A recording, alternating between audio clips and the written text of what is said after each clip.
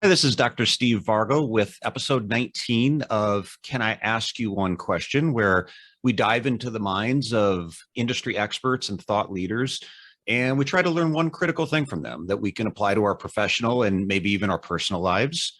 And I have with me here today Dr. Aaron Neufeld.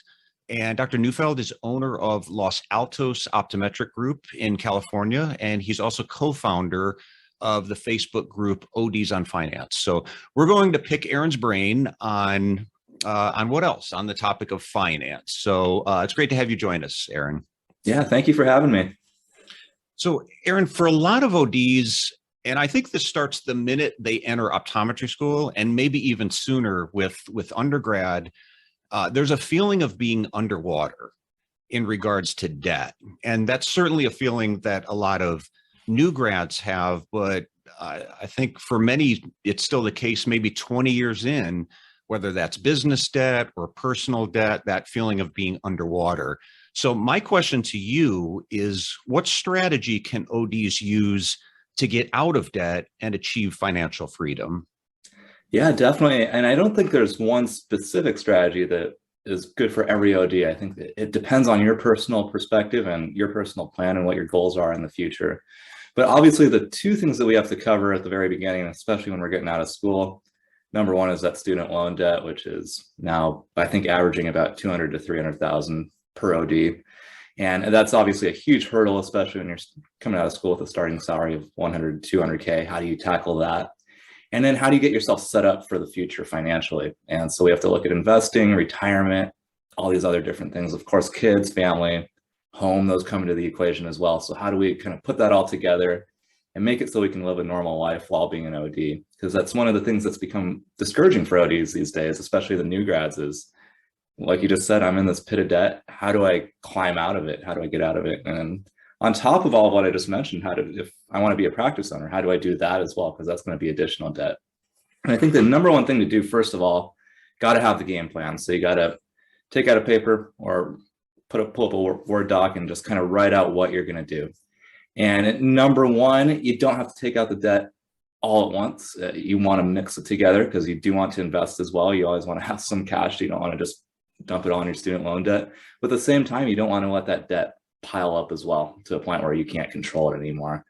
And so, yeah, really, it's an open-ended question, and I think it's something that we'll probably get into a little bit more. Yeah, I remember coming out of school being single, and the financial situation I was in and the debt I had was significant, but it changed a lot over the course of the next several years, as you mentioned, because I got married, I bought a house, I bought a little bit nicer car. My piece of junk car became a little nicer car, and suddenly it became a bit more of a challenge. The debt became a bit more of a challenge for me. So do you see this in different phases with doctors, as from a younger phase to, do you think you should tackle this earlier moving forward, knowing that for a lot of people, they are going to take on additional expenses, possibly getting married, having kids.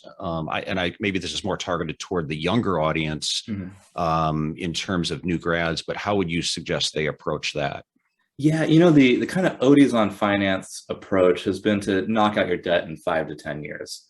And there's simple mathematical ways of going about that. So one of the ones that we always present, I do a lot of new grad presentations and a lot of student presentations, is you can knock them out actually in about 3 to 5 years mathematically. If you've got about 250K in debt, you come out of school making 125 to 150K. And as long as you, obviously 35%, that goes to Uncle Sam, nothing you can do about that. But if you put 50% of that remaining balance towards your loans, you should be able to knock them out in that time frame. And of course, the rest is used for living expenses. That does mean you have to live like a student for 3 to 5 years after school, but that is perfectly fine because that's going to set you up. If you're thinking long term, then right after that, you no longer have to live as a student. Whereas if you're balancing loan payments and not quite paying them off in a timely manner, then that can end up putting some strains on your life in the future. Perfect. So, yeah, I mean, I think we just scratched the surface here on a lot of areas around finance. Where can people find out more about your group? A lot of people on Facebook, would they just search out ODs on Finance? Yeah. Feel free to search ODs on Finance on Facebook. It should pop up. The group's got about 13,500 members at this point, and it's only optometrists and students that are let in. So it is a kind of an exclusive group for that population. And of course, the website odsonfinance.com is where we have all our guides that go over what I just talked about in a lot of detail, as well as many other resources. Great. Keep up the great work. And I know that's a valuable resource for a lot of ODs. I still remember the day going out for a huge steak dinner and splitting a bottle of wine with my wife when I paid off that last check. And I got somewhere around here, there's a picture of me dropping it in. So I know that feeling of debt.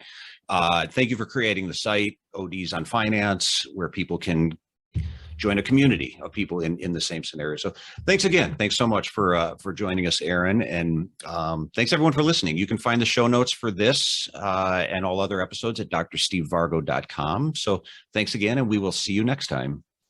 Sounds good. Thanks for having me once again.